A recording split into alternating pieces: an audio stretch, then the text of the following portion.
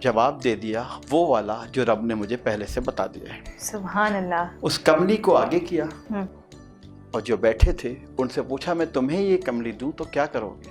فرمایا کہ اس کو چوم کے آپ کو واپس پیش کر دوں گا۔ صحیح۔ یہ تھے صدیق اکبر رضی اللہ تعالیٰ۔ جی۔ وہ کملی دوسرے کی طرف اشارہ کی، ان سے پوچھا کہ تم کیا کرو گے؟ فرمایا سرکار آدھی رکھ لوں گا، آدھی آپ کی خدمت میں پیش کر دوں گا۔ یہ تھے فاروق اعظم رضی اللہ تعالیٰ۔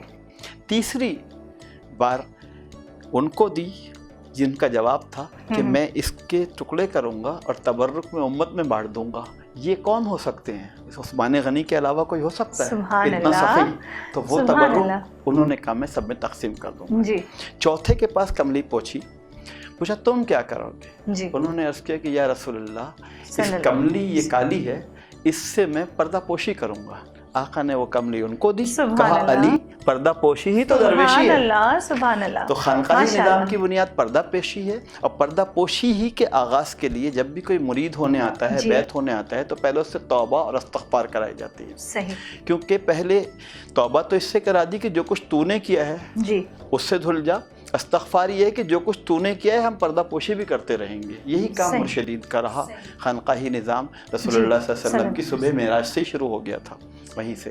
اب چونکہ استغفار پہ آپ بات کر رہی ہیں تو استغفار کا تیسرا فرض تو پتہ چلا کہ ہم استغفار کر رہے ہیں تو صرف اپنے گناہوں کی نہیں کر رہے بلکہ دوسروں کی پردہ پوشی کی نیت و عہد بھی کر رہے ہیں۔ اور رمضان المبارک میں یہ عہد نہیں کیا تو سمجھا پورے سال ہم غافل رہے۔ صحیح۔ ایک مہینہ، ایک ہفتہ، ایک دن بھی ہم نے اس بات پہ نہیں غور کیا کہ پتہ نہیں کتنی بار استغفار کرتے ہیں اور ہم یہ نیت نہیں کرتے کہ ہم پردہ پوشی بھی کریں گے۔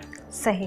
اور اس پر ایک شعر بھی تھا کہ پردہ کہ خرقہ پوشی منز غایت دیداری نیست، یعنی میں نے یہ جو خرقہ پہنا ہوا ہے، خرقہ بہت بڑی ذمہ داری ہے، جیسے امامہ ایک ذمہ داری ہے۔ امامہ الامامہ تو تیجان العرب، رسول اللہ صلی اللہ علیہ وسلم نے فرمایا کہ امامے تو عرب کا تاج ہے۔ ماشاءاللہ۔ اسی طرح خرقے بھی ذمہ داری ہیں۔ حضرت علی حجویری رحمۃ اللہ علیہ، داتا گنج بخش رحمۃ اللہ علیہ نے کشف المحجوب میں اس کی فضیلت اتنی ہی بیان فرمائی ہے جتنی امامہ کی ہے۔ خرقہ مشائخ کی نشانی ہے اور امامہ علماء کی نشانی ہے۔ دونوں ذمہ داری پہ، دونوں ورثۃ الانبیاء ہیں، دونوں انبیاء کے وارث ہیں۔ سبحان اللہ، تو ماشاءاللہ۔ اب علماء نے تو امامے کی لاج رکھ لی، مشائخ اگر خرقے کی لاج نہیں رکھیں گے تو صبح معراج کی فہرست میں سے نکل جائیں گے۔ صبح معراج کی فہرست بنی اس بات پہ تھی کہ الفقر فخری، یہ درویشی ہی میرا فخر ہے، اور اس فخر کے لیے بنیادی چیز پردہ پوشی تھی۔ یہ پردہ پوشی جتنی ہوتی رہے گی معاشرے میں اتنے برتاؤ اچھے ہوتے چلے جائیں گے۔ صحیح۔ اور برتاؤ پہ ہی استغفار کی بنیاد ہے۔ بالکل بالکل بالکل۔ پہلا برتاؤ اظہار تشکر، دوسرا برتاؤ اظہار معافی، تیسرا برتاؤ اظہار پردہ پوشی۔ تینوں اظہار استغفار میں شامل ہیں۔ اب آتے ہیں ڈیفائن کرتے ہیں دعا کو۔ دعا پہ کسی پچھلے پروگرام میں میں نے یہ عرض کیا تھا کہ اذا دعان والی جو آیت ہے اس طرف نشاندہی کی تھی کہ اگر ہم یہ غور کر لیں کہ اللہ تعالیٰ نے شہر رمضان الذی انزل فیہ القرآن کی آیت جب اتاری تو اس میں اپنا بھی تعارف پیش کیا، پوری کائنات کو پیش کیا۔ لفظ اس لیے کہہ رہا ہوں کہ ثم آردا آیا، کہیں آیا کہ ملائکہ کے سامنے پیش کیا آدم کے پتلے کو، تو میں اس لیے کہہ رہا ہوں پیش کیا کا لفظ کہ اللہ تعالیٰ نے پیش کیا کا مطلب ہے کہ پروجیکٹ ہو گئی وہ چیز۔ رسول اللہ صلی اللہ علیہ وسلم سے مخاطب ہوئے، شہر رمضان الذی انزل فیہ القرآن ھدی للناس وبینات من الھدی والفرقان۔ آگے جا کے ہو رہا ہے کہ وَإِذَا سَأَلَكَ عِبَادِي عَنِّي فَإِنِّي قَرِيب، رمضان کے مہینے کی تمام چاروں کی چاروں خوبیاں بتا کر اور پھر ایک پانچویں اور چھٹی خوبی بھی بتا دی۔ ساتویں خوبی یہاں جا کر ساتوں باتیں پوری ہو گئیں کہ وَإِذَا سَأَلَكَ عِبَادِي عَنِّي فَإِنِّي قَرِيب، جب میرے بندے میرے بارے میں سوال کریں تو بس اتنا جواب دے دینا کہ میں ان کے قریب ہوں۔ سبحان اللہ، ماشاءاللہ، شہر کے قریب کا اظہار فرمایا اللہ تعالیٰ نے کہ اس مہینے میں میری قربتیں بڑھتی چلی جاتی ہیں۔ سبحان اللہ، سبحان اللہ۔ یہ مہینہ رمضان ہے اور رمز سے نکلا، اور رمز کا میں بتا چکا ہوں کہ ہیٹ اسٹروک برداشت کر لینا۔ صحیح، یہ سبحان اللہ، ماشاءاللہ۔ ہمارا آگے جاتا ہے تو انزل فیہ القرآن، پھر تنزیل قرآن ہو گئی، نازل ہوا قرآن۔ جی پھر صرف قرآن ہی نازل نہیں ہوا، ہم یہ سمجھ رہے ہیں کہ اخباروں میں، کتابوں میں، رسالوں میں، علماء کے بیانات میں شہر رمضان الذی والی آیت اگر کہیں بیان کی جا رہی ہے تو وہ صرف اس لیے ہو رہی ہے کہ رمضان کا مہینہ اور اس میں جشن نزول قرآن ہوتا ہے۔ جی۔ جناب 3 جشن اور بھی بیان کیے گئے ہیں آگے، ہدی للناس، رشد و ہدایت کا کام، سبحان اللہ۔ اور اس میں للناس کا لفظ فرمایا، للمومنین نہیں فرمایا، للمسلمین نہیں فرمایا۔ اس کا مطلب ہے پوری ہیومینٹی کو، ماشاء اللہ، تمام ہیومن بینگز کے لیے رشد و ہدایت۔ سبحان رشد و اللہ۔ ہدایت کے لیے برتاؤ بڑا ضروری ہے۔ ماشاء اللہ، اچھا ماشاء اللہ، برتاؤ ہوگا تو رشد و ہدایت کمیونیکیٹ ہو سکتی ہے، بالکل، برا برتاؤ ہوگا تو جتنی چاہے کتابیں پڑھ لیجیے آپ، بے شک، دل میں نہیں اتار سکتے بے بات۔ شک، لہذا ہدی للناس رمضان کے مہینے کا دوسرا جشن ہے۔ ماشاء اللہ، وبینات، تیسرا جشن یہ ہے کہ جو کچھ بھی ہم نے قرآن میں نازل کیا ہے اس کو اچھی طرح تشریح کر دینے کی ذمہ داری بھی اسی مہینے میں عائد ہوتی ہے۔ ماشاء اللہ، بینات من الہدی والفرقان، چوتھا جشن ہے فرقان کا۔ پوچھا گیا وآتینا موسیٰ الکتاب والفرقان، تو ہماری تفسیروں میں ایک ہی بات لکھی ہوئی ہے کہ ہم نے موسیٰ کو کتاب عطا کی، یعنی توریت، لیکن صحیح۔ پڑوسی کہتا ہے کہ فرقان کیا ہے؟ جی اس کی تفسیر میں تو یہ ہے کہ یہ سوال اٹھایا گیا کہ فرقان کیا ہے، جواب دے دیا گیا تھا ان کو، وہ آج یہاں دے دیتا ہوں کہ صاحب فرقان دراصل ان نبی علیہ الصلوۃ والسلام کو جو کتاب دی گئی، جو شریعت دی گئی، جی اس کو ثابت کرنے کے لیے جو معجزاتی قوتیں عطا کی گئی وہ سب فرقان ہیں، سبحان اللہ، ماشاء کیونکہ وہ اللہ، ڈفرینس پہ کو ڈیلیور کر دیتی ہیں کہ یہ ہے حق اور یہ ہے باطل، جعل حق وزہق الباطل۔ فرقان سے ہی جس طرح ولی کی نشانی کرامتوں سے نظر آتی ہے، اس طرح نبی کی نشانی معجزوں سے نظر آتی ہے، ماشاء تو وہ اللہ، فرقان۔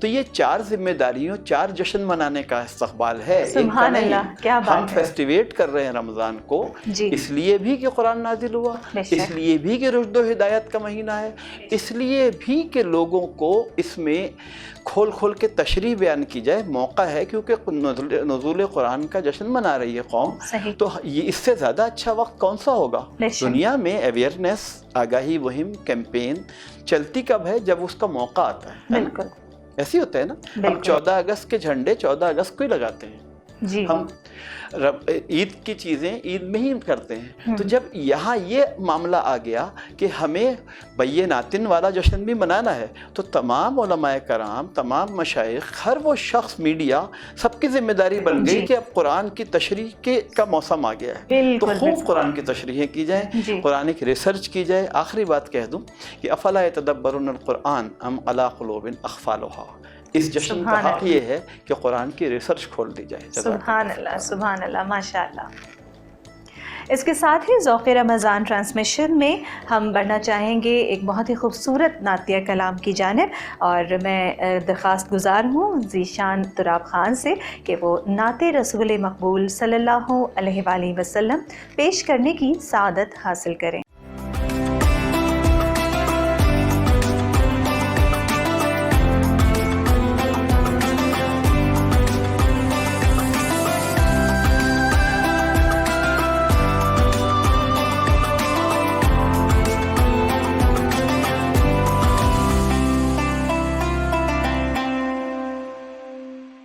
ذوق رمضان،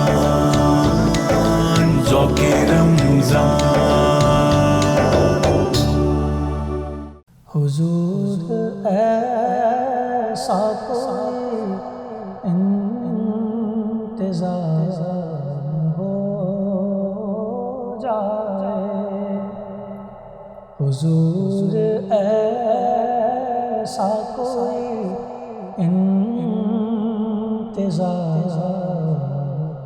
ہو جائے، حضور ایسا کوئی انتظام ہو جائے، سلام کے لیے حاضر غلام ہو جائے، سلام کے لیے حاضر ہو جائے، میں صرف دیکھ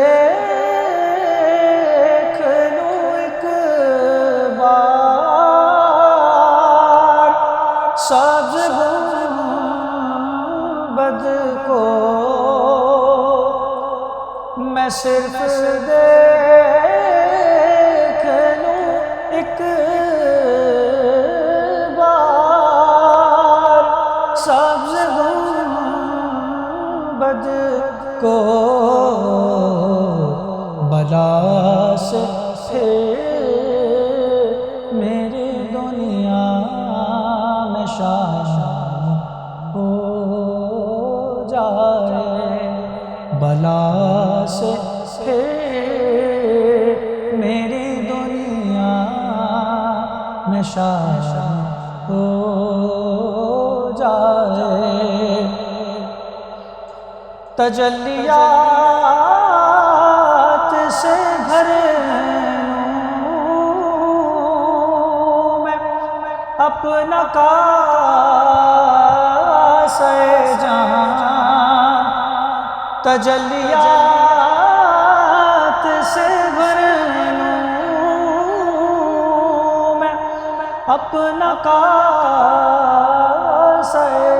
جہاں، کبھی جو ان کی گلی میں قیام ہو جائے، کبھی جو ان کی گلی میں قیام ہو جائے، حضور آپ جو سن لیں تو بات بن جائے،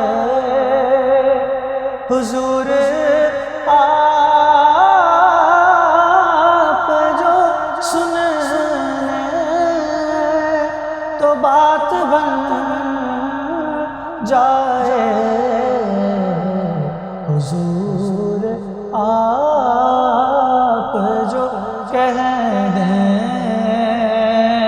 تو کام ہو جائے، حضور آپ جو کہہ دیں تو کام ہو جائے، مزہ تو جب ہے فرشتے قبر میں کر دیں، مزہ تو جب ہے فرشتے قبر میں کہہ دیں، سبھی ہے مدحت خیر انا ہو جائے، سبھی ہے مدحت خیر الانام ہو جائے، حضور ایسا کوئی انتظام ہو جائے، سلام کے لیے حاضر غلام ہو جائے۔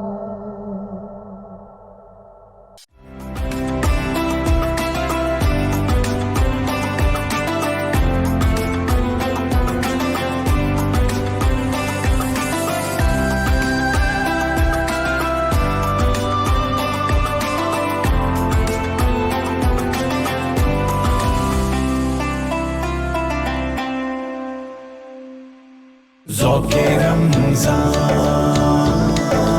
ذوق رمضان خوش آمدید کہنا چاہیں کہ ذوق رمضان ٹرانسمیشن میں عروج ناز نظامی آپ کے ساتھ ہے، اور جیسا کہ گفتگو ہو رہی آج نظامی صاحب سے استغفار اور دعا کے حوالے سے، تو کچھ گفتگو چل رہی تھی، تو اس حوالے سے کچھ مزید بیان فرمائیے۔ آپ نے استقبال رمضان پروگرام میں ایک جی حدیث شریف پیش کی تھی سلمان فارسی رضی اللہ عنہ جی سے جی روایت۔ وہ حدیث چونکہ پورا خطبہ ہے رسول اللہ صلی اللہ علیہ وسلم کا، اور وہ استقبال رمضان پر ہی ہے، اور اس خطبے کے 6 ارکان ہیں۔ جی اچھا، ہر خطبے کے 6 ارکان ہی ہوتے ہیں، چاہے وہ اچھا، جمعے یہاں کا بھی ہو، 6 جی ہاں یہاں بھی 6 آ گیا، صحیح، چاہے جمعے کا ہو، عید کا ہو، جی جی استقبال رمضان کا ہو، کسوف و خسوف کی نماز کا ہو، صحیح، استسقاء کی نماز کا ہو، ہر خطبے کے 6 ارکان ہی ہوتے ہیں۔ صحیح، تو اس 6 رکن میں سے ایک اس وقت ڈسکس کرنا رہ گیا تھا، وہ یہی تھا استغفار کا، اچھا، کہ یہ مغفرت مانگنے کا مہینہ ہے۔ رسول اللہ صلی اللہ علیہ وسلم نے صحیح، فرمایا، بے جہاں شک، میں نے عرض کیا تھا کہ حضور صلی اللہ علیہ وسلم نے خطبے کے آخر میں فرمایا کہ ضرورت مندوں اور غریبوں کی حاجتیں پوری کرنے کا مہینہ ہے، جی، اس سے پہلے والا 5واں رکن یہ استغفار ہے۔ استغفار کے ساتھ چونکہ دعا لگی ہوتی ہے، جی، کہ رسول اللہ صلی اللہ علیہ وسلم نے خود ہی نصاب میں شامل کر دیا ماشاء اللہ، اور فرمایا استغفار پر، کہ ابھی میں نے عرض کیا تھا کہ حضور صلی اللہ علیہ وسلم سے پوچھا گیا تھا کہ آپ نے کیوں استغفار پڑھا، آپ تو بخشائے ہیں، تو انہوں نے کہا میں شکر گزار بندہ نہ بنوں، لئن شکرتم لازیدنکم، یہ کسی پروگرام میں آیت پیش کر چکا ہوں جی جی، کہ تم شکریہ ادا کرتے رہو، میں تمہیں اضافہ کرتا ماشاء رہوں گا۔ اضافہ کرانے کے لیے رحمت الہی کو متوجہ کرنا ضروری ہے، وہ تو ہر وقت توجہ میں ہے، بالکل، لیکن ہم اپنی طرف اس کا رخ کرتے ہیں، اس بہاؤ کا، وہ اللہ تعالیٰ کی شان جلالت کو پکارنے کا نام ہے۔ سبحان اللہ، جب شان جلالت سے اس کو پکارتے ہیں تو وہ جی، اپنی بادشاہی شان کے ساتھ، سخاوت کے ساتھ مدد کرتا ہے، ماشاء اللہ، وہ لمحہ دعا کہلاتا ہے۔ صحیح، اسی لیے اس آیت میں جو شہر رمضان الذی کی تھی، جس میں میں نے عرض کیا کہ یہ صرف روزے رکھنے کا مہینہ نہیں ہے، بلکہ 4 جشن منانے کا بھی میں نے عرض کیا کہ یہ نزول قرآن کا بھی جشن ہے، بے شک، رشد و ہدایت کا بھی جشن ہے، بے شک، تشریح قرآن کا بھی جشن ہے، بے شک، اور آخری جو آیت ہے اس میں والفرقان، کہ نبی پاک صلی اللہ علیہ وسلم کے معجزات کے آگاہی مہم کا بھی جشن ہے۔ ماشاء اللہ، اب اس کے بعد جو 5ویں چیز آئی تھی وہ یہ تھی کہ تکبر اللہ علی ما ہداکم ولعلکم تشکرون، ایک ذمہ داری یہ بھی دی گئی کہ اس مہینے کے آخر میں تم اللہ کی تکبیریں کہو۔ تو ہم کہتے ہیں عیدگاہ جاتے وقت اللہ اکبر اللہ اکبر لا الہ الا اللہ واللہ اکبر اللہ اکبر وللہ الحمد، اور وَلَعَلَّكُمْ تَشْكُرُونَ، شکریہ۔ ابھی ہم نے ریسرچ کی اس بات پہ کہ استغفار خود ایک شکریہ ہے، کیونکہ آقا نے فرمایا کہ میں شکر گزار بننا چاہتا ہوں۔ اب آگے شکریہ بھی ادا کر دیا، تکبیریں بھی کہہ دی، جشن فرقان بھی منا لیا، جشن بینات بھی منا لیا، جشن رشد و ہدایت بھی منا لیا، جشن نزول قرآن بھی منا لیا۔ اب یہ اتنی ڈھیر چیزیں منا لی تو انعام تو ملنا چاہیے، تو اس پر پھر وَإِذَا سَأَلَكَ عِبَادِي عَنِّي فَإِنِّي قَرِيبٌ والی آیت نازل ہوئی کہ اب بندے پوچھیں گے مجھ سے عبادی۔ جب اللہ تعالیٰ عبادی فرماتا ہے تو وہ انتہائی ذاتی نوعیت میں فرماتا ہے۔ اچھا، اللہ تعالیٰ کی 2 ادائیں ہیں قرآن پاک، جی جی، کہیں وہ نحنو فرماتا ہے، کہیں انا فرماتا ہے، کہیں وہ ان پرسن کہتا ہے، جب وہ ان پرسن کہتا ہے تو وہ عبادی فرماتا ہے، اچھا، جب عبادی کہتا ہے تو وہ خاص الخاص بندوں کی بات کرتا ہے، اچھا، یعنی ہر بندے کی نہیں ہو رہی، صحیح، وہ رب العالمین والی حیثیت نہیں، بلکہ وہ رب اولیاء کے حیثیت میں کرتا ہے، جو میرے خاص بندے ہیں، جس کے بارے میں اس نے فرمایا کہ اولیائی تحت قبائی، یہ میرے خاص بندے جو ہیں میری قبا کے اندر ہیں۔ سبحان اللہ، کہیں فرمایا من عاد لی ولی فقد آذنتہ بالحرب، جس نے میرے ولی سے عداوت رکھی میری طرف سے اعلان جنگ ہے۔ تو ایسے بندے اذا دعان، ان کی دعا کا جو لمحہ ہوتا ہے وہ اذا دعان لمحہ ہوتا ہے، وہ سیکھنا چاہیے کہ اللہ کے یہ قریبی بندے یہ کیسے دعا مانگتے ہیں، صحیح، تو پھر ہم استغفار کے ساتھ دعا کا حق ادا کر سکیں گے۔ صحیح، وہ کیا ہے کہ قربت اللہ تعالیٰ کی محسوس کرنا اور کرانا، یعنی جب ہم کسی کے لیے دعا کر رہے ہیں تو اس کو محسوس ہو، یقین کامل ہو کہ یہ ان صاحب نے دعا کی، بس قبول ہی قبول ہے۔ یہ اللہ تعالیٰ نے اعلان فرمایا فَإِنِّي قَرِيبٌ کہہ کر، اجیب دعوت الداعِ۔ دوسری حیثیت اللہ تعالیٰ نے یہ بتائی کہ حالت دعا میں میں مجیب ہوتا ہوں، سبحان یعنی اللہ۔ قریب بھی ہوتا ہوں، مجیب بھی کیا ہوتا بات، ہوں، اجیب ماشاء و اللہ۔ دعوت دیتا ہے، ضرور جواب دیتا ہوں۔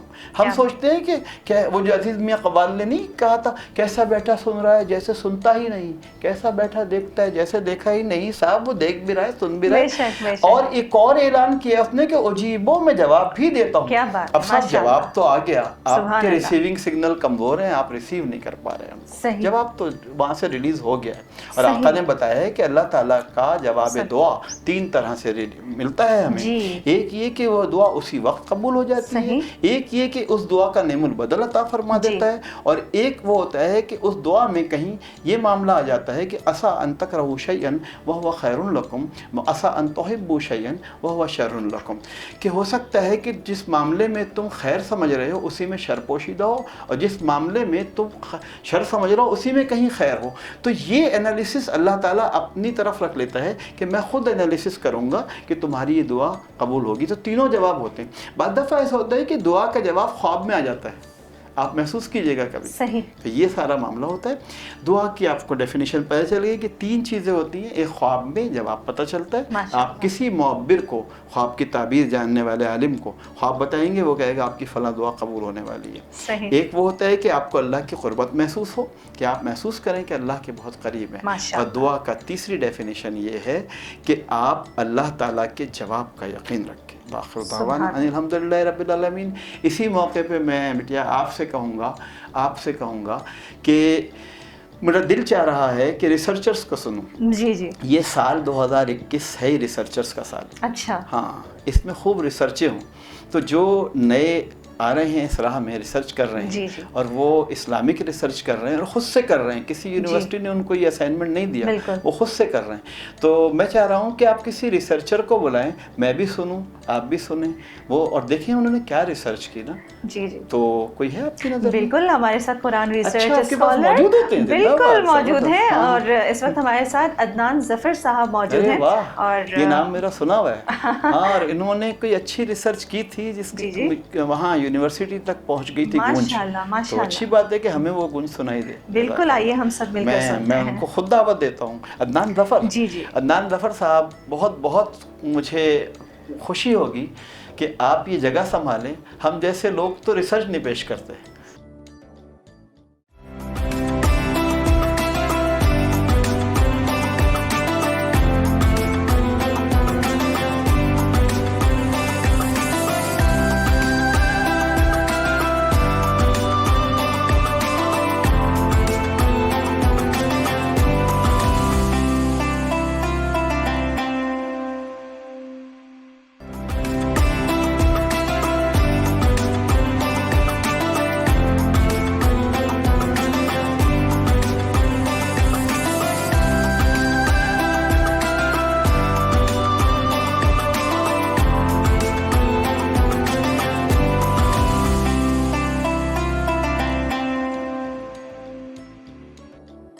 آج جس حوالے سے آپ سے گفتگو کرنی ہے وہ یہ ہے کہ اللہ تعالیٰ قرآن پاک میں فرماتا ہے کہ رمضان کا مہینہ وہ ہے کہ جس میں قرآن نازل ہوا، اور قرآن ہدایت ہے تمام انسانوں کے لیے۔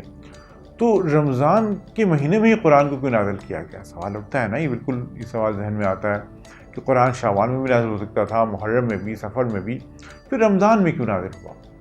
تو اس کا جواب بھی قرآن میں ہے کہ اس مہینے میں روزہ رکھنے کا حکم دیا گیا ہے۔ یعنی مطلب یہ کہ روزے کا اور قرآن کا ایک باہمی کوارڈینیشن ہے، اور اس کوارڈینیشن کو سمجھنے کی بہت ضرورت ہے۔ یہ اس طرح سے ہم سمجھیں اس کو کہ جب آپ روزہ رکھتے ہیں اور روزہ رکھنے کے بعد آپ کو چاہیے، اور ہم سب کو یہ چاہیے کہ ہم پھر دنیاوی آلائشوں کو، یعنی دنیاوی چیزوں سے بے نیاز ہو کر اپنی توجہ خالص قرآن کی تلاوت پر مرکوز کر دیں، اپنے آپ کو قرآن پاک کی تلاوت سننے کی طرف راغب کر دیں۔ اچھا، سوال آتا ہے کہ قرآن پاک کی تلاوت سننے کی طرف راغب کیسے کریں؟ کیونکہ بڑا مشکل کام ہوتا ہے کہ جی ایک قرآن پاک سے ہمارا تعلق اتنے عرصے ٹوٹا رہا ہو، پھر اس کی طرف راغب کیسے ہوں، اس کا طریقہ کار کیا ہو؟ بہت سمپل طریقہ کار ہے کہ ضروری نہیں کہ آپ پورے قرآن کو ایک ساتھ ابھی شروع کریں اور ابھی جو ہے پورا کا پورا مکمل کر لیں۔ قرآن پاک کی کوئی اچھی سی تفسیر، کوئی اچھی سی ایسی کتاب جس سے کہ قرآن پاک کو سمجھنے میں مدد ملتی ہے، وہ لے لیجئے۔ اور اس کو اسٹڈی کرنا شروع کر دیجیے. جب آپ اس کو اسٹڈی کریں گے اور آپ کو اچھا لگے گا تو پھر قرآن پاک کے متن کی طرف آپ کی توجہ جائے گی. متن اور اس تفسیر کو ملائیں اور پڑھیں, اور یہ سوچ کر پڑھیں کہ دیکھیں زندگی تو آج ہے کل نہیں ہوگی, اور پھر ہمیں چلا ہی جانا ہے. اور جب زندگی اللہ تعالیٰ نے دی ہے تو پھر اس کے احکامات پر عمل کیوں نہ کیا جائے. تو عمل کرنے کے لیے قرآن کے علاوہ ہمارے پاس اور کیا ہے؟ نبی کریم صلی اللہ علیہ وسلم کی احادیث کو بھی سمجھنا ہے تو قرآن کے ساتھ ملا کے سمجھنا ہوگا. تو قرآن اور روزے کا, جب روزے میں کیونکہ ہم جب کھانے پینے کے معاملات چھوڑ دیتے ہیں اور دیگر معاملات چھوڑ دیتے ہیں تو پھر ہمارے پاس وقت ہوتا ہے, لیکن یہ وقت صرف سونے کے لیے نہیں ہوتا. یقیناً سونا ایک عبادت ہے, روزہ دار کا سونا بھی عبادت ہے کہا جاتا ہے, لیکن صرف سونا ہی عبادت نہیں ہوتا, بلکہ سونے کے ساتھ یہ حدیث نبی کریم صلی اللہ علیہ وسلم کی ہے کہ یہ روزہ اور قرآن دونوں جو ہے وہ شفاعت کریں گے. روزہ کہے گا کہ اس نے مجھے اختیار کیا دن میں, اور قرآن یہ کہے گا کہ اس نے مجھے رات کو سنا, تو اس لیے اللہ تعالیٰ ان کے صدقے میں, ان کے طفیل میں ان کی شفاعت قبول کرتے ہوئے آپ کو ہمیں اللہ تعالیٰ بخشش عطا کرے, اور بخشش عطا کرے گا. لیکن یہ اسی وقت ہوگا کہ جب قرآن سے دل لگے گا. اور اس کا طریقہ میں نے جیسے بتایا کہ قرآن کے حوالے سے کتابوں کو اسٹڈی کریں. اچھا, ایک سوال آتا ہے کہ جی ابھی کتابیں تو بڑا مشکل کام ہو گیا ہے اسٹڈی کرنا, تو یہ بہت ایزی طریقہ بتا دیتا ہوں. اپنے کان میں یہ جو آپ ہیڈ فون لگا کے بہت کچھ ہم لوگ سن رہے ہوتے ہیں نا موبائل پر, اس کی جگہ کوئی تفسیر جو بھی آپ سننا چاہیں وہ سنیں. کوئی کوئی آیتیں قرآن پاک کی, کوئی صورتیں جن کو ہم سمجھ رہے ہوں کہ دہرانا سننا جو اچھا لگتا ہے اور دہرانا اچھا لگتا ہے, ان کو سن کر دہرا لیں. تو کم از کم تھوڑا جب کرنے لگیں گے نا تو پھر انشاءاللہ قرآن سے باقاعدہ رغبت بڑھے گی, اور آپ خود دیکھیں گے کہ آپ کو دل چاہے گا کہ تھوڑا سا اسٹڈی کر لیں. اور کرتے کرتے وہ وقت بھی آئے گا کہ جب آپ قرآن کے معنیوں کی طرف آپ کی توجہ جائے گی. اور میرے کتنے ہی جاننے والے ایسے ہیں جنہوں نے ایسا کیا اور انہیں واقعی فائدہ پہنچا. تو میں یہی گزارش کروں گا کہ قرآن سنیے اور قرآن سے رمضان کی ربط کو سمجھنے کی کوشش کیجیے. اللہ تعالیٰ ہمیں عمل کی توفیق عطا فرمائے. ہمارے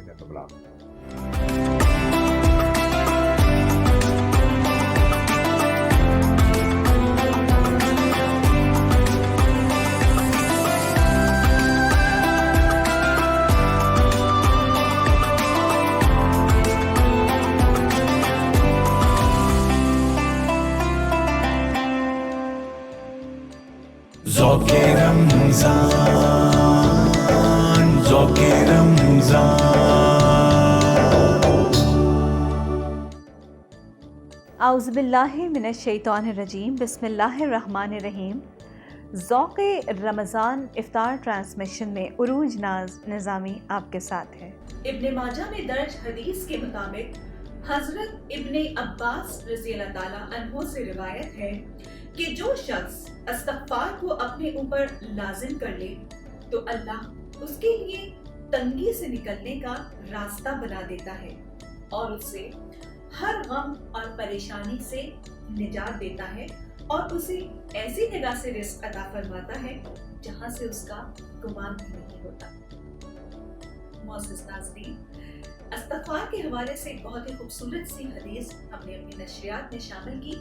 ہماری اس ٹرانسمیشن میں آج ہمارے مہمان ہیں قرآن ریسرچ اسکالر محمد اقبال نقشبندی صاحب. خوش آمدید کہنا چاہیں گے. السلام علیکم. وعلیکم السلام ورحمۃ اللہ وبرکاتہ. کیسے مزاج ہیں سر آپ کے؟ اللہ رب العالمین کا بہت شکر.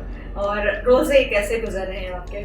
روزے اللہ کا شکر ہے, روزے جو ہیں رب العالمین کا بہت اچھی بات ہے. اور ہم سب کا رمضان, ہم سب کے روزے جو ہیں بہت اچھے ہی گزرنے چاہیے.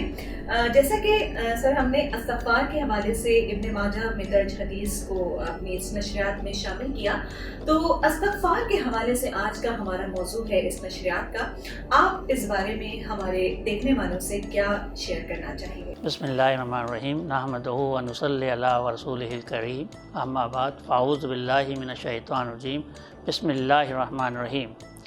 استغفار کے لغوی معنی ہے اور جو عام طور پہ معروف ہے وہ ہے گناہوں سے معافی مانگنا اور توبہ کرنا. اس کے معنی جو ہر آدمی اور ہر شخص اس کو استعمال کرتا ہے, جبکہ استغفار کے اور بھی معنی ہیں. وہ صرف گناہوں سے معافی مانگنا نہیں ہے بلکہ اللہ کی رحمتیں حاصل کرنا اور اس کی توجہ حاصل کرنے کا بھی استغفار پڑھا جاتا ہے. جیسے کہ نبی کریم صلی اللہ علیہ وسلم نے ارشاد فرمایا، نبی کریم صلی اللہ علیہ وسلم کی مشہور حدیث ہے بخاری کے اندر کہ میں دن میں 70 مرتبہ استغفار پڑھتا ہوں۔ تو اس سے یہ ظاہر ہوتا ہے کہ استغفار صرف گناہوں کے لیے، کیونکہ نبی کریم صلی اللہ علیہ وسلم اور معصومین سب جو ہیں وہ معصوم ہیں، ان سے کوئی گناہ سرزد نہیں ہوا۔ تو اس استغفار وہ اس لیے پڑھتے ہیں کہ جو ہے وہ آپ کے اس سے گناہ نہیں بلکہ ان کے اپنے طرف کے درجات میں بلندی ہو، اس میں درجات میں بلندی کے لیے اور اللہ سے نعمتیں حاصل کرنے کے لیے۔ کہ وہ نبی کریم صلی اللہ علیہ وسلم سے ایک صحابی نے پوچھا کہ آپ کیوں پڑھتے ہیں؟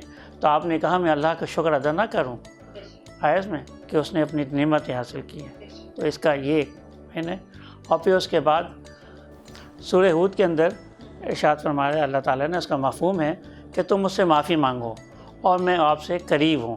تو اس طریقے اس کا مطلب، تو سورہ ہود کے اندر کئی جگہ اللہ تعالیٰ نے اس کا ارشاد فرمایا۔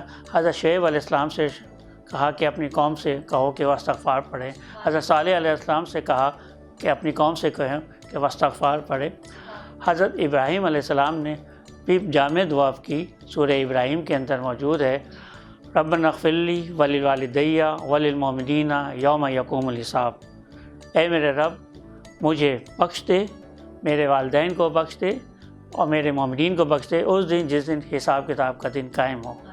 تو اس سے ظاہر ہوا کہ آپ کے استغفار کی کیا اہمیت ہے۔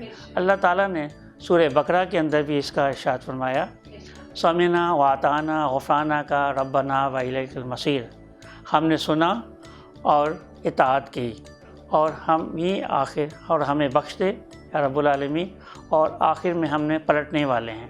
تو یہ اس کا مفہوم ہے، ترجمہ تو ہم نہیں ادا کر سکتے، ہم مفہوم ادا کر رہے ہیں، صحیح ہے نا، ترجمہ تو کوئی بھی اس کا ادا نہیں کر سکتا۔ بے شک استغفار کے حوالے سے گفتگو فرمائے محمد اقبال نقشبندی صاحب۔ اور حدیث میں بھی بارہا اس کے بارے میں آیا ہے، آپ کے حدیث کے اندر بھی آپ کے استغفار کے بارے میں موجود ہے کہ استغفار سے ہی انسان کی جو ہے وہ سارے گناہ دھلتے ہیں اور نعمتیں حاصل ہوتی ہیں۔ اللہ تعالیٰ ایک دفعہ نبی کریم آپ کے حضرت عمر فاروق رضی اللہ تعالیٰ عنہ ایک نشست میں بیٹھے ہوئے تھے، ایک شخص آیا، اس نے کہا کہ مجھے دعا کریں کہ مجھے یہاں اولاد ہو جائے۔ آپ نے فرمایا کہ استغفار پڑھو۔ اسی نشست میں ایک اور شخص آیا، اس نے کہا کہ مجھے دولت چاہیے میرے پاس، تو آپ نے ارشاد فرمایا کہ استغفار پڑھو۔ ایک اور شخص آیا، اس نے کہا کہ مجھے باغات چاہیے، تو آپ نے کہا استغفار پڑھو۔ تو ایک اور صحابی تھے کہ آپ نے ایک ہی شخص، ہر ایک شخص کو استغفار کا کیوں کہا؟ تو آپ نے کہا سورہ نوح کے اندر آیت نمبر 10 سے لے کے 10-12 تک اللہ تعالیٰ نے یہی فرمایا کہ اگر تمہیں اولاد چاہیے تو استغفار پڑھو، مال چاہیے استغفار پڑھو، باغ چاہیے استغفار پڑھو، اور بارشیں چاہیے تو استغفار پڑھو۔ تو اللہ تعالیٰ خود ارشاد فرما رہا ہے کہ استغفار کی اہمیت کو۔ استغفار کے حوالے سے حضرت کوئی واقعہ جو آپ کے ذہن میں اس وقت وہ ہمارے ساتھ شیئر کیجئے، ہمیں اچھا لگے گا۔ ہمارے جو چھوٹے ہیں، جو ہماری نیو جنریشن، ہماری ینگ جنریشن ہے، وہ استغفار کے حوالے سے جو ہے وہ اس بارے میں جانے کہ اس کی آخر اہمیت کتنی ہے۔ جی حضرت موسیٰ علیہ السلام جی کے زمانے میں بارش نہیں ہو رہی تھی اور قحط سالی کا عالم تھا، تو آپ نے اللہ تعالیٰ سے دعا مانگی کہ اللہ تعالیٰ بارش ہو جائے۔ کئی مرتبہ دعا مانگی اور بارش نہیں ہوئی، تو آپ سمجھے شاید میری دعا کے اندر اثر نہیں ہے، تو آپ نے کہا اس محبوب نبی کریم صلی اللہ علیہ وسلم سے صدقے آپ بارش عطا فرما دیں۔ تو اللہ نے جواب، کیونکہ ہم کلام تو کرتے ہی تھے، اللہ نے کہا کہ ایسی بات نہیں ہے، تم بھی مجھے بہت پیارے ہو اور تمہاری دعا کو میں ضرور قبول، مگر میں جب تک قبول نہیں کروں تو اس بستی میں ایک شخص ہے جو 40 سال سے نافرمانی کر رہا ہے، تو میں اس کی وجہ سے بارش نہیں کر رہا ہوں۔ وہ شخص اس بستی سے چلا جائے گا تو میں جو ہے وہ بارش برسات دوں گا، تو اس کی وجہ سے میں بارش نہیں کروں۔ اب آپ نے اعلان فرمایا اور سب کو اکٹھا کیا کہ کون وہ شخص ہے جو نافرمانی کر رہا ہے اللہ کی، تو وہ چپکے سے یہاں سے نکل جائے۔ اب سب بیٹھے ہوئے ہیں، اب کون آپ کے پشیمان ہوگا؟ تو وہ شخص نے دیکھا کہ کوئی اٹھ رہا ہے کہ نہیں اٹھ رہا ہے، جب دیکھا اس نے کہ کوئی نہیں اٹھ رہا تو سمجھ گیا میں ہی ہوں، تو اس نے اپنے اوپر چادر ڈالی اور اللہ سے استغفار کیا اور توبہ کی۔ ابھی وہ توبہ اس کی آنکھوں سے آنسو جھاری تھے کہ بارش ہونا شروع ہو گئی۔ تو بارش تو حضرت موسیٰ علیہ السلام نے کہا اللہ تعالیٰ سے کہ اس محفل سے تو کوئی اٹھا بھی نہیں ہے، تو آپ نے کیسے بارش؟ کہنے لگے کہ اس نے جو ہے نا جو ہے استغفار پڑھا ہے اور توبہ کی ہے، میں اس کی توبہ کو رد نہیں کر سکتا، تو توبہ کی وجہ سے میں نے تو کہنے لگے کہ اس کو مجھے بتائیں کہ کون سے، کہنے لگے جب وہ گناہ گار تھا تو میں اس کی پردہ پوشی کی ہے، جب وہ آپ کے اس نے توبہ کی ہے تو میں سب کے سامنے کیوں پیش کر؟ تو یہ اللہ توبہ ہے اس میں توبہ۔ بہت خوبصورت گفتگو رہی محمد اقبال لکشمنی صاحب آپ سے، اور انشاءاللہ پھر ایک کسی اور محفل میں کسی اور افطار پہ بھی آپ کو زحمت ملے کہ آپ سے گفتگو ہو۔ بہت شکریہ، جزاک اللہ۔ اور فضیلت کے حوالے سے آج ذوق رمضان افطار ٹرانسمیشن میں گفتگو رہی۔ اس کے ساتھ ہی عروج ناز نظامی کو دیجیے گا ذوق رمضان افطار ٹرانسمیشن سے اجازت۔ اللہ نگہبان۔